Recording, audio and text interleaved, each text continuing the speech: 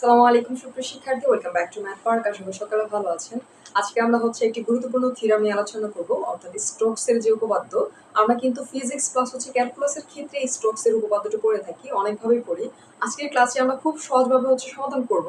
আশা করছি এই ক্লাসটি দেখার পর স্টোকসের যে উপপাদ্য আপনারা খুব ইজিলি বুঝতে পারবেন এবং আর কোনো ধরনের ক্লাসের আপনাদের প্রয়োজন হবে না।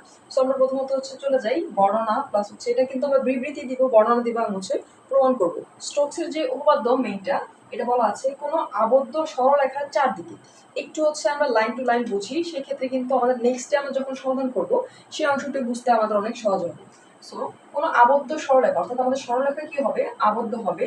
চারদিকে কোনো ভেক্টর অপেক্ষক, অর্থাৎ আমাদের এই যে আবদ্ধ সরলরেখা থাকবে, এর চারদিকের কোনো ভেক্টর অপেক্ষকের স্পর্শীয় কি সরলরৈখিক হবে। স্পর্শীয়টা একটু খেয়াল রাখবো, সরলরৈখিক হবে ওই বক্ররেখা, অর্থাৎ আমাদের এই যে সরল বক্ররেখা যে আবদ্ধ ছিল, এই বক্ররেখা দ্বারা আবদ্ধ বক্রতলের উপর ভেক্টর অপেক্ষক।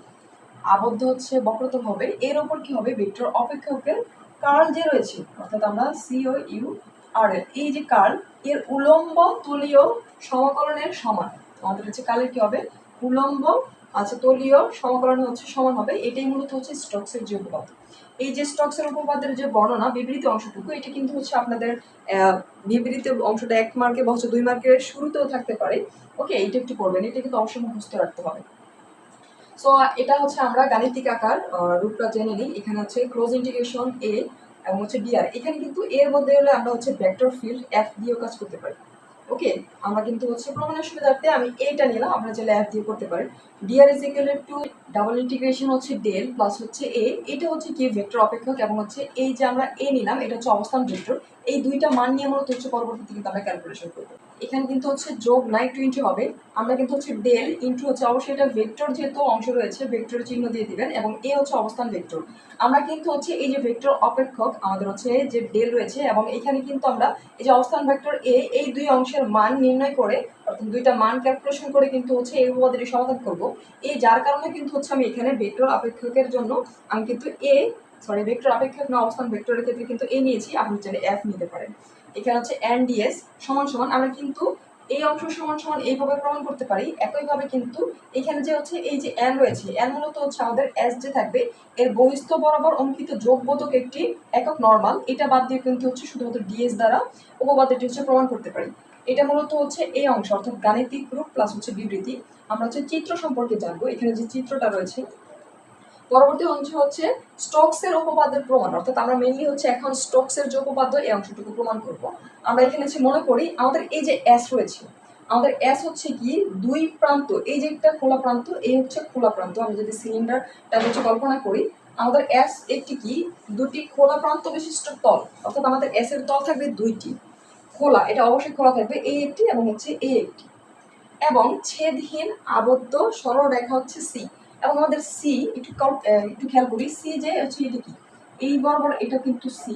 এবং সি যে আমাদের কোনো গোল কোনো জিনিসের যদি আমরা কথা কল্পনা করি, সেক্ষেত্রে কিন্তু এটা ছেদ থাকে না, অর্থাৎ এটা টোটাল একটা গ্লাস বা আমরা এটা গ্লাস কল্পনা করি, এই গ্লাসের যে গোল অংশটুকু এটা কিন্তু ছেদবিহীন। ওকে, আমাদের এই যে সি যেটা রয়েছে, এটা কি একটি ছেদহীন আবদ্ধ সরল বক্ররেখা সি দ্বারা আবদ্ধ। এই কি আবদ্ধ? আমাদের এই যে এস যে তল ছিল, এইটা মূলত কি দ্বারা? আমাদের সি দ্বারা আবদ্ধ। এবং এ একটি কি অবস্থান ভেক্টর, আমরা এ নিয়েছি, এ কি একটি অবস্থান ভেক্টর এবং এন রয়েছে। এন সম্পর্কে একটু পরে জানি। অবস্থান ভেক্টর ফাংশন যার অবিচ্ছিন্ন অন্তরক সহগ, অর্থাৎ আমাদের এ রয়েছে যে এটা কি আমরা ধরেছি এ অবস্থান ভেক্টর ফাংশন যার অবিচ্ছিন্ন অন্তরক সমীকরণ, অর্থাৎ বিচ্ছিন্ন নয়, অবিচ্ছিন্ন কি হবে? অন্তরক সহগ এখানে বিদ্যমান থাকবে, অর্থাৎ আমাদের এর ক্ষেত্রে বিদ্যমান থাকবে। সেই ক্ষেত্রে আমরা বলতে পারি ক্লোজ ইন্টিগ্রেশন, কিন্তু এটা কি এটা খোলা না, বদ্ধ ছিল। ওকে, এখানে আমরা কিন্তু আবদ্ধ করেছি। ক্লোজ ইন্টিগ্রেশন আমাদের এই যে আমরা অবস্থান ভেক্টর এ ধরেছি, এটা ডিআর, যেহেতু অন্তরক সহগ সমান লিখতে পারি ডাবল ইন্টিগ্রেশন এস। এই দুইটার ক্ষেত্রে আমরা কল্পনা করব এস দ্বারা, কিন্তু এই যে এস খোলা গোলক ছিল এস কে, সেই ক্ষেত্রে আমরা কি এখানে ডেল ক্রস এ, আমরা অবস্থান ভেক্টর প্লাস এখানে যে ধরেছি এই যে ডেল ভেক্টর অপেক্ষক, এই দুইটা গুণ করব, যার সাথে আমাদের গুণ হবে কি এন আমাদের যে ছিল এই যে এন এবং এখানে ডিএস। পরবর্তী অংশে যান, যেখানে আমাদের সি, আমাদের যে সি রয়েছে, এই যে অংশটুকু সি, সি কি? সি হচ্ছে যোগবোধক দিক বরাবর। আমাদের সিটা হবে যোগবোধক দিক বরাবর এবং যোগবোধক দিক বরাবর অঙ্কিত, এবং এন হলো এই যে এন। ওকে, আমরা হচ্ছে এই যে এন, এটার উপর কিন্তু ভেক্টর চিহ্ন রয়েছে। ওকে, এর উপর অবশ্যই ভেক্টর চিহ্ন দিবেন। এন হলো এস এর উপর। এই এনটা কি হবে? আমাদের যে এস রয়েছে, এই যে টোটাল অংশ, এটা এস। এই এস এর উপর বহিস্থ, এস এর যে বহিস্থ দিক রয়েছে, এই বহিস্থ দিক বরাবর হচ্ছে যোগবোধক একক নরমাল হচ্ছে আমাদের এন।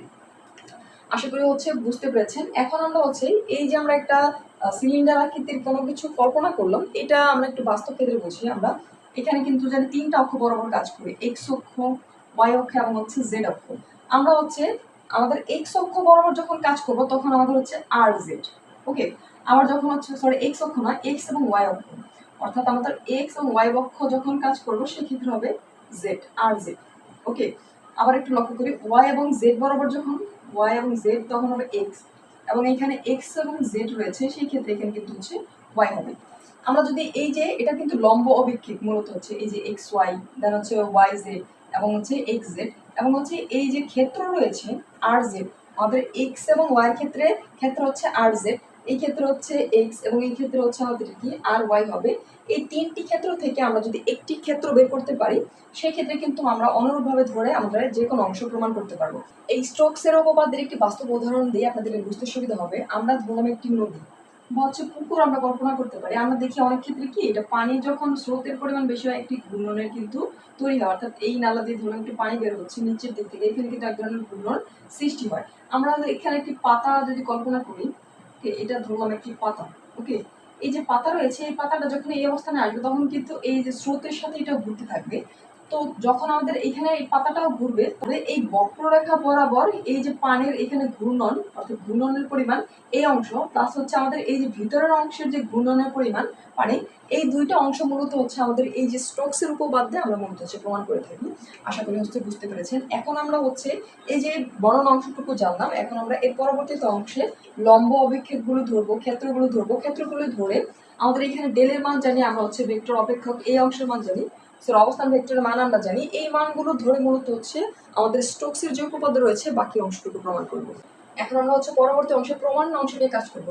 আমরা হচ্ছে মনে করি এস একটি তল, আমরা হচ্ছে এই যে এস ধরেছিলাম, এস একটি তল যার লম্ব অভিক্ষেপ গুলো, আমরা কিন্তু বলেছিলাম লম্ব অভিক্ষেপ কি হবে, এক্স ওয়াই, ওয়াই জেড এবং হচ্ছে জেড এক্স, এই তিনটা আমরা নিয়ে দিলাম। এই সমতলে হচ্ছে আমাদের ক্ষেত্র উৎপাদন করবে, ক্ষেত্রগুলো উৎপন্ন করে, সেগুলো হলো কি আমাদের এই যে এই অক্ষ যেমন ছিল, অর্থাৎ এই সমতলে যে আর জেড উৎপন্ন করবে। কারণ কি, এখানে আমরা ধরেছিলাম এক্স ওয়াই থাকলে এখানে জেড এবং এখানে হচ্ছে এক্স, এখানে কিন্তু হচ্ছে ওয়াই। এই তিনটি ক্ষেত্রে আমাদের কি হবে, ক্ষেত্র যখন আমরা নিব তখন কিন্তু হচ্ছে আর দ্বারা প্রকাশ করবো, আর জেড, আর ওয়াই এবং হচ্ছে আর এক্স, এবং ইহার আবদ্ধ বক্ররেখাগুলো হবে। এখন একটু লক্ষ্য করে, এখানে ইহাদের আবদ্ধ বক্ররেখা আমরা হচ্ছে যখন এক্স এবং হচ্ছে ওয়াই নিব তখন কিন্তু আমাদের আবদ্ধ বক্ররেখা হবে রুট ওভার হচ্ছে জেড, এই ক্ষেত্রে হবে রুট ওভার হচ্ছে রুট ওভার না, এটা হচ্ছে গামা জেড, গামা জেড, এবং এখানে হচ্ছে গামা এক্স, এবং হচ্ছে এই ক্ষেত্রে হবে গামা ওয়াই। আমরা হচ্ছে আবদ্ধ যে আমাদের বক্ররেখাগুলো এই অংশগুলো হচ্ছে নিয়ে নিলাম। এখন হচ্ছে একটু লক্ষ্য করি, ধরি এস তলকে, আমাদের হচ্ছে এই যে এস, এই তলটা ছিল মেনলি, এটা নিয়ে এখন আর একটু কাজ করবো। আমাদের এস তলকে আমরা কি ধরতে পারি, যখন আমরা জেড ধরেছিলাম, যখন আমরা হচ্ছে এই অক্ষকে জেড কল্পনা করেছিলাম, তখন আমাদের এফ অফ এক্স ওয়াই, তখন এই অক্ষ কি ছিল, এক্স এবং হচ্ছে ওয়াই, আমরা দিয়ে দিলাম এক্স ওয়াই, এর সাথে আরেকটি অংশ দিয়ে দিলাম, সেই ক্ষেত্রে এফ দিয়ে দিলাম। আমরা যখন জেড সমতলে নিব, জেড নিলে হচ্ছে আমরা এমন মান নিব, জেড নিলে হচ্ছে বিপরীত অংশটুকু হবে হচ্ছে এক্স ওয়াই, আর আবার যদি ওয়াই নেই সেক্ষেত্রে আমরা কি হবে, এক্স এবং হচ্ছে জেড হবে, আবার এক্স নিলে ওয়াই এবং জেড হবে। এটা একটু লক্ষ্য করি, এক্স নিব সেক্ষেত্রে আমরা আরেকটি মান দিয়ে দিলাম জি, এফ জি এইচ, আমরা হচ্ছে তিনটা অংশ নিলাম। সেই ক্ষেত্রে একটু লক্ষ্য করি, এখানে এক্স এর ক্ষেত্রে হবে ওয়াই জেড, ওয়াই এর ক্ষেত্রে হবে আমাদের ওয়াই বিহীন, অর্থাৎ এক্স এবং হচ্ছে জেড। এই যে সমীকরণগুলো আমরা হচ্ছে এই এক্স তলকে এই তিনটি সমীকরণ আকারে মূলত প্রকাশ করতে পারি, তিনটি সমীকরণ আকারে প্রকাশ করা যায়। এখন আমাদের কাজ হচ্ছে, আমরা হচ্ছে প্রথম যে অংশ ধরেছিলাম আমাদের ডেল ইনটু কিন্তু ছিল এ, অর্থাৎ এই যে আমাদের এ কিন্তু এখানে এন ডিএস ছিল, এটা হচ্ছে ডেল, এবং এই হচ্ছে আমাদের অবস্থান ভেক্টর যে অংশটুকু, এই অংশের মানগুলো নিয়ে মূলত হচ্ছে এখন ক্যালকুলেশন করবো। একটু লক্ষ্য করুন, আমাদের এইখানে হচ্ছে ডাবল ইন্টিগ্রেশন হচ্ছে এস, কারণ কি আমরা এস তলকে মূলত হচ্ছে করছি, কারণ বের করছি এস তলকে ঘিরে কিন্তু মূলত হচ্ছে এর ভিতরে মানটুকু নির্ণয় করব।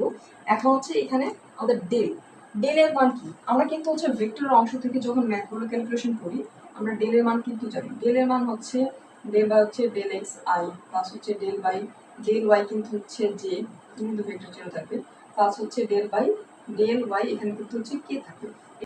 এবং এখানে অবস্থান ভেক্টর যে রয়েছে অবস্থান ভেক্টর মান কিন্তু আমরা জানি a সমান সমান এখানে আমরা হয় a1 x হচ্ছে i, ওকে, প্লাস হচ্ছে a2 y হচ্ছে এখানে j, প্লাস হচ্ছে a2 আবার হচ্ছে এখানে x y z হচ্ছে k।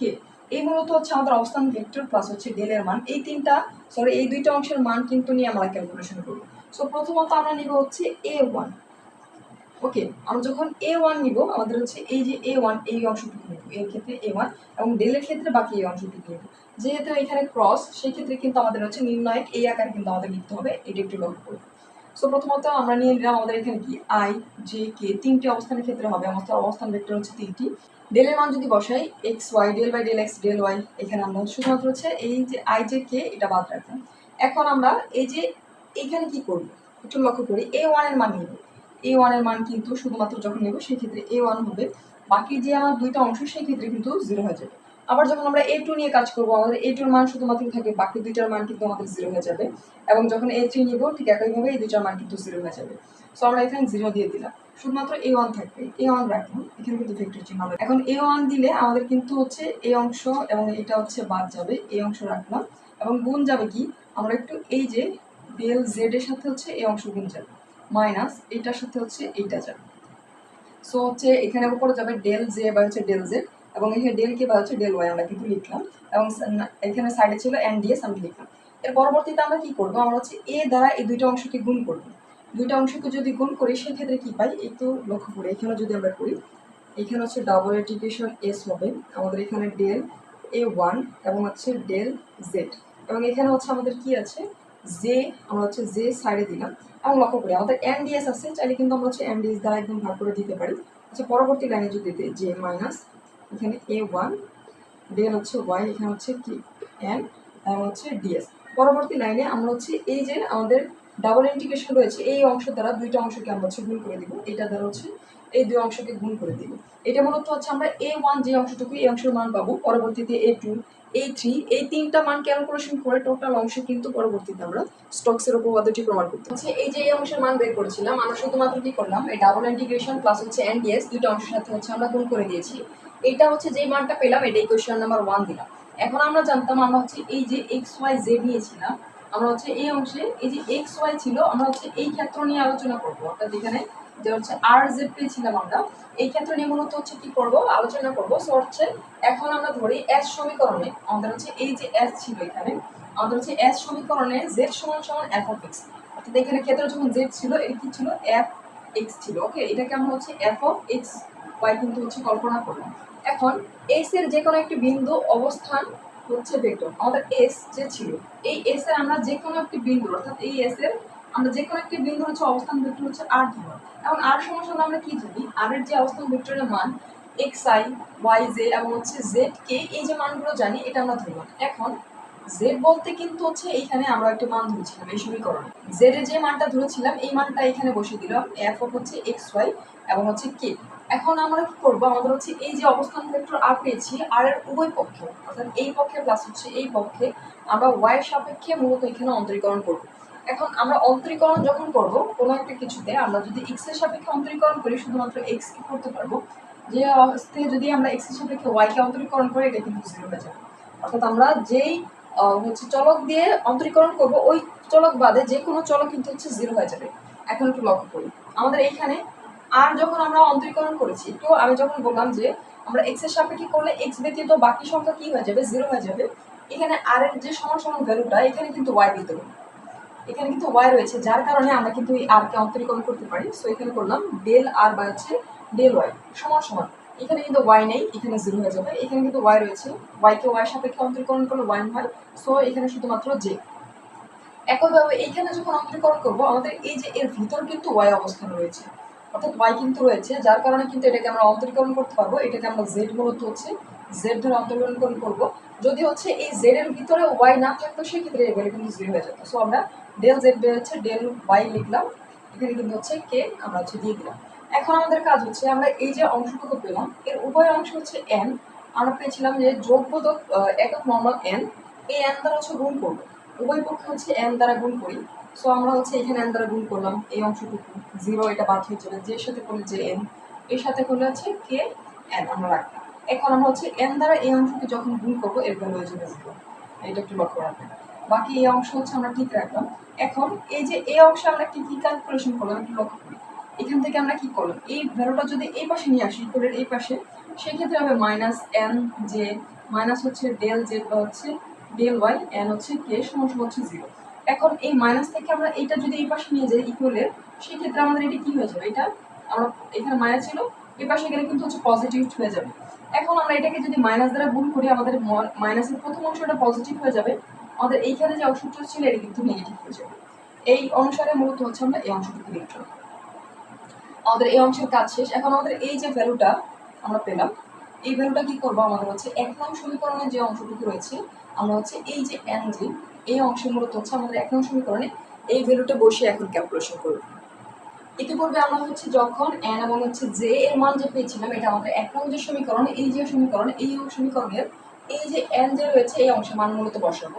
এখন যদি বসাই সেক্ষেত্রে একটু লক্ষ্য করি, আমরা এই পাশে যা ছিল তাই, এটা কিন্তু হচ্ছে i, একটু লক্ষ্য করবে। সো এখানে আমাদের এই যে এই অংশে আমাদের এই যে মানটা কিন্তু হচ্ছে আমাদের n যে অংশটুকু ছিল এই মান, এবং এখানে কে n হচ্ছে সরি কে না n হচ্ছে ds, এই মানটা কিন্তু হচ্ছে ছিল, আমরা কিন্তু হচ্ছে এটা এর সাথে গুণ করেছি, এই পাশে যা ছিল। অর্থাৎ আমরা একটু এখানে কিন্তু এই যে এই অংশটুকু একটু সাজিয়ে লিখেছি, এছাড়া কোনো অংশ পরিবর্তন করিনি। তার পরবর্তী লাইনে আমরা হচ্ছে এই যে মাইনাস রয়েছে, এই মাইনাসটা হচ্ছে সামনে নিয়ে আসলাম, মাইনাস সামনে নিয়ে আসলাম, আমাদের বাকি যে অংশটুকু ছিল এই অংশ আমরা ঠিক রাখলাম।